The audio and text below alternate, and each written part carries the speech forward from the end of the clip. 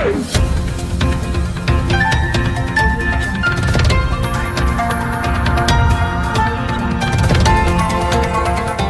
देख रहे हैं मगरा न्यूज राजस्थान, खबरें सबसे तेज। योगी सरकार की बीसी सखी योजना में चयनित हुई है 56,875 महिला अभ्यर्थी। उत्तर प्रदेश के ग्रामीण इलाकों में महिलाओं को रोजगार प्रदान कराने के लिए मुख्यमंत्री योगी आदित्यनाथ ने बीते 22 मई को प्रदेश में बीसी सखी योजना का शुरू करने का यहाँ पर ऐलान किया था। अब उस पर अमल होना शुरू हो गया है। इस योजना के तहत राज्य की यहाँ पर 58,532 ग्राम पंचायतों में से एक बीसी सखी को तैनात करने के लिए प्रथम चरण में 56,875 बीसी सखी के प्रशिक्षण देने के लिए यहाँ पर शॉर्ट लिस्ट यहाँ पर जारी किया गया है।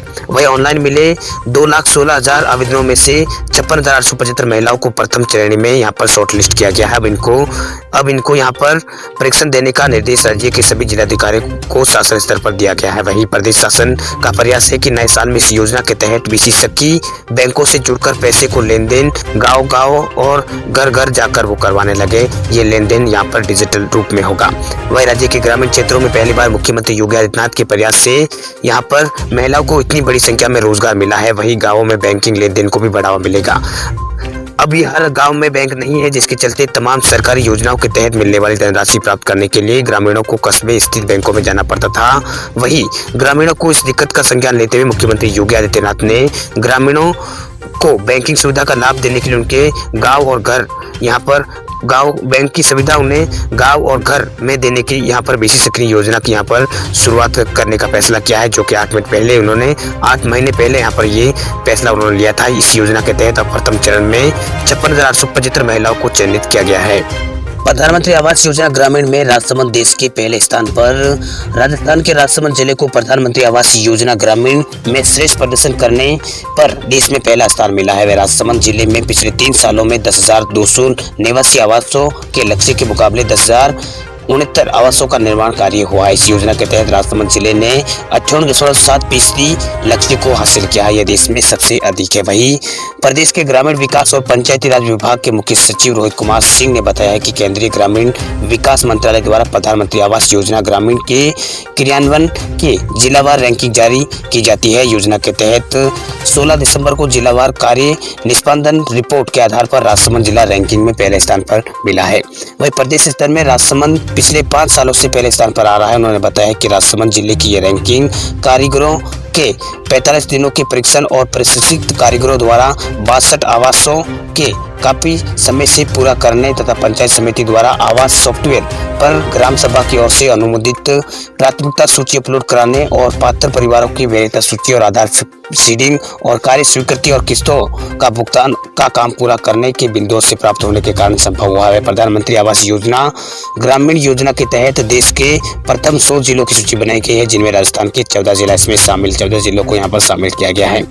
वहीं बूंदी, दौसा, सोय, मधुपुर, डूंगरपुर और पाली, भीलवाड़ा और हनुमानगढ़ और जालौर जिले भी इस 100 की रैंकिंग में शामिल है। वही देश में प्रथम चरण में स्वीकृत 6,87,000 आवासों में से 6,70,00,000 आवासों का निर्माण पूरा हो चुका है। पीएम किसान की 7वीं किस्त का इंतजार कर रहे लोगों के खाते में जल्द ही पैसा पहुंच जाएगा। पीएम मोदी ने मध्य प्रदेश में किसान सम्मेलन को संबोधित करते हुए अंत में इसका ऐलान किया। पीएम मोदी ने कहा है कि प्रधानमंत्री किसान सम्मान निधि योजना के तहत 25 दिसंबर को किसानों के खाते में पैसे ट्रांसफर हो जाएंगे। यानी पीएम किसान सम्मान निधि योजना का पैसा 25 दिसंबर को किसानों के खाते में डाला जाएगा।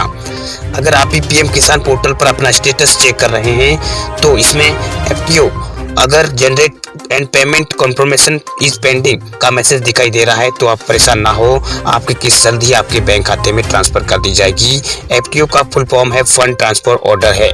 इसका मतलब है कि राज्य सरकार द्वारा लाभार्थी के आधार नंबर, बैंक संख्या और बैंक के आईएफएससी कोड सहित अन्य वितरण की शुद्धता सुनिश्चित कर ली गई है। आपकी राशि तैयार है। सरकार के द्वारा आपके खाते में पैसे भेजने के आदेश दे दिए गए हैं। केंद्र सरकार का बड़ा ऐलान, अगले 2 सालों में देश भर में खत्म कर दिए जाएंगे टोल प्लाजा।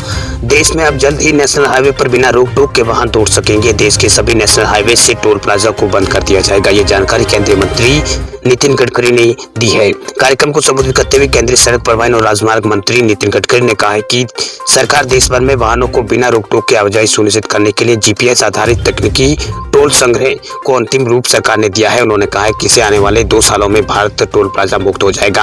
वही कार्यक्रम को संबोधित करते हुए केंद्रीय मंत्री नितिन गडकरी ने कहा है कि वाहनों की आवाजाही के आधार पर टोल की राशि बैंक खाते से काट ली जाएगी। हालांकि अब सभी कमर्शियल वाहन ट्रैकिंग सिस्टम के साथ आ रहे हैं। इसके साथ ही सरकार पुराने वाहनों में भी जीपीएस तकनीकी स्थापित करने के लिए कुछ योजना लेकर आएगी।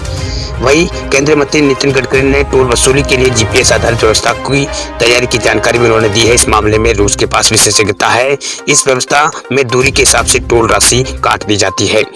उन्होंने अगले 2 सालों में यह व्यवस्था लागू हो जाने की बात कही है। केंद्रीय मंत्री ने अगले 5 सालों में टोल कनेक्शन 1.34 लाख करोड़ रुपए के स्तर तक पहुंचाने का भरोसा भी यहां पर दिलाया है।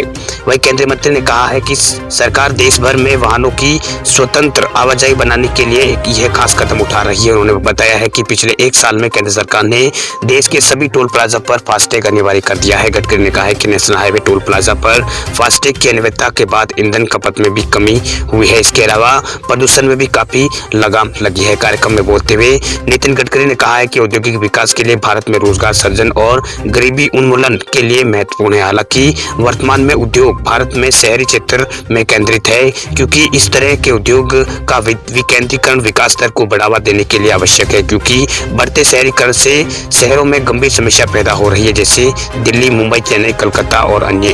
उन्होंने बुनियादी ढांचे के विकास में सार्वजनिक और निजी निवेश को बढ़ावा देने की आवश्यकता पर भी जोर दिया है। गूगल ने अपने कर्मचारियों के लिए वर्क फ्रॉम होम को सितंबर 2021 तक बढ़ाया। दुनिया में फैले कोरोना महामारी के कारण ज्यादातर ऑफिस के कर्मचारी अभी भी वर्क फ्रॉम होम कर रहे हैं। ऐसे में टेक्नोलॉजी की दिग्गज कंपनी गूगल ने अपने कर्मचारियों के लिए वर्क फ्रॉम होम करने की अवधि को बढ़ा दिया है। गूगल के कर्मचारी सितंबर 2021 तक घर बैठकर ही काम कर सकेंगे। गूगल के करीब 2 लाख से भी ज्यादा कर्मचारियों को यहाँ पर यह सुविधा दी गई है। वही इसके अलावा कंपनी ने कुछ और गाइडलाइन यहाँ पर जारी की है। वही गूगल ने अपने कर्मचारियों को सितंबर 2021 तक वर्क फ्रॉम होम देने के अलावा इनमें एक नियम भी बनाया है। सितंबर के बाद जब कर्मचारी ऑफिस आएंगे तो उन्हें महज 3 दिन ही ऑफिस आना होगा, बाकी 3 दिन उन्हें घर से काम करना होगा। वह रिपोर्ट के मुताबिक अल्फाबेट और गूगल के सीईओ सुंदर पिचाई ने अपने सभी कर्मचारियों को एक ईमेल भेजा है, जिसमें कहा गया है कि कंपनी कुल हाइब्रिड वर्कफोर्स मॉडल को अपनाने जा रही है। इसके लिए एक्सपेरिमेंटेड भी तय किए गए हैं ताकि प्रोडक्टिविटी को लेकर किसी भी तरह की कोई समस्या ना हो। वही गूगल ने ये भी कहा है कि वो अपने कर्मचारियों को 2021 की दूसरी छमाही में कोरोना वैक्सीन भी यहाँ पर देगी। इससे पहले गूगल ने इसी साल मई में कहा था कि जो कर्मचारी घर से काम कर सकते हैं उन्हें ऑफिस बुलाने का दबाव नहीं डाला जाएगा, जबकि ट्विटर ने कहा है कि उसके कर्मचारी रिटायरमेंट तक घर से काम कर सकते हैं। वही फेसबुक की बात करें तो वहाँ रिमोट वर्क का प्लान लागू है, जिसके तहत फेसबुक के करीब आधे कर्मचारी 2030 तक वर्क फ्रॉम होम कर सकते हैं। नए साल में 20% तक महंगे हो सकते हैं टेलीकॉम कंपनियों के प्लान। नए साल आने से पहले आप अपना रिचार्ज करा लें, क्योंकि टेलीकॉम प्लान जल्द ही महंगे होने वाले हैं। साल 2021 में टेलीकॉम प्लान में 20% तक बढ़ोतरी होने वाली है। कहा जा रहा है कि 21 दिसंबर तक सभी कंपनियां अपने नए टेलीकॉम प्लान का ऐलान कर देगी। हालांकि वीआई ने तो अभी ही अपने 2 पोस्टपेड प्लानों को यहाँ पर महंगा कर दिया है। आपको बता दें कि साल 2019 के दिसंबर में भी रिलायंस जियो, वोडाफोन आइडिया और एयरटेल ने अपने टेलीकॉम प्लान महंगे किए थे, लेकिन बावजूद इसके टेलीकॉम कंपनियों की शिकायत रही कि मौजूदा टेलीकॉम प्लान की कीमत उचित नहीं है। उनका कहना है कि इससे कंपनियों का घाटा हो रहा है। वहीं वोडाफोन आइडिया अपने टेलीकॉम प्लान की महंगा करने की शुरुआत कर चुकी है। उन्होंने यहाँ पर अपने पोस्टपेड प्लानों में इजाफा कर दिया है। कंपनी ने अपने 2 पोस्टपेड प्लानों की कीमतों में 50 रुपये बढ़ाए हैं। वोडाफोन आइडिया के 598 रुपये वाले पोस्टपेड प्लान को अब 749 रुपये का ये प्लान हो गया है। वहीं 749 रुपये वाले पोस्टपेड प्लान की यहाँ पर कीमत 799 रुपये कर दी गई है। अभी देश की टेलीकॉम कंपनियां न्यूनतम फ्लोर प्राइस को लेकर सरकार से बात कर रही है। यदि यह अनुरोध उनका स्वीकार कर लिया जाता है तो किसी भी प्लान की एक न्यूनतम राशि यहाँ पर तय कर दी जाएगी, जिसके बाद किसी भी कंपनी का प्लान उसे तय की गई कीमत से कम नहीं होगा। वही रिपोर्ट के मुताबिक नए साल में टेलीकॉम कंपनियों को टेरिफ प्लान की कीमतों में 15 से 20% तक बढ़ोतरी कंपनियां कर सकती है। यानी अगर कोई प्लान आपको 100 रुपये का अब आपको मिल रहा है तो आने वाले समय में आपको यहाँ पर साल 2021 की जनवरी में आपसे 115 या फिर 120 रुपये आपको इसमें भुगतान करना होगा। वही वोडाफोन आइडिया और एयरटेल के बाद रिलायंस जियो भी मौका का फायदा उठाते हुए अपने टेरिफ प्लानों को महंगा कर सकती है, यानी इसमें इजाफा कर सकती है। पिछले साल ही दिसंबर में रिलायंस जियो ने अपने प्लान महंगे किए थे। दूसरे नेटवर्कों पर अनलिमिटेड कॉलिंग को रिलायंस ने यहाँ पर लिमिट कर दिया था। अब बात करें देश भर के कोरोना आंकड़ों की, तो 5 महीनों में दूसरी बार भारत में 23,000 से कम आए हैं मामले। 24 घंटों में 31,000 से ज्यादा लोग हुए हैं ठीक। दुनिया में अमेरिका के बाद भारत कोरोना से सबसे ज्यादा प्रभावित देश है, लेकिन अब भारत में कोरोना संक्रमण की रफ्तार पहले से कम हो गई है। ब्राजील, जर्मनी और टर्की समेत कई देशों में भारत से ज्यादा मामले कोरोना के सामने आ रहे हैं। देश में लगातार 5वें दिन 30,000 से भी कम कोरोना के केस सामने आए हैं। 5 महीने बाद दूसरी बार भारत में 23,000 से कम मामले बढ़े हैं। वहीं पिछले 24 घंटों में भारत में 22,890 कोरोना संक्रमित मरीज आए हैं। वहीं 338 लोगों की इस दौरान कोरोना के कारण मौत हुई है। अच्छी बात यह है कि बीते दिन 31,087 मरीज कोरोना से ठीक भी हुए। देश में कोरोना संक्रमितों का कुल आंकड़ा 1 करोड़ के पास पहुंचने वाला है। वहीं 4 दिन पहले भारत में 14 दिसंबर को 22,065 कोरोना के केस दर्ज किए गए थे। इसके पहले 7 जुलाई को भारत में 22,753 केस यहां पर आए थे।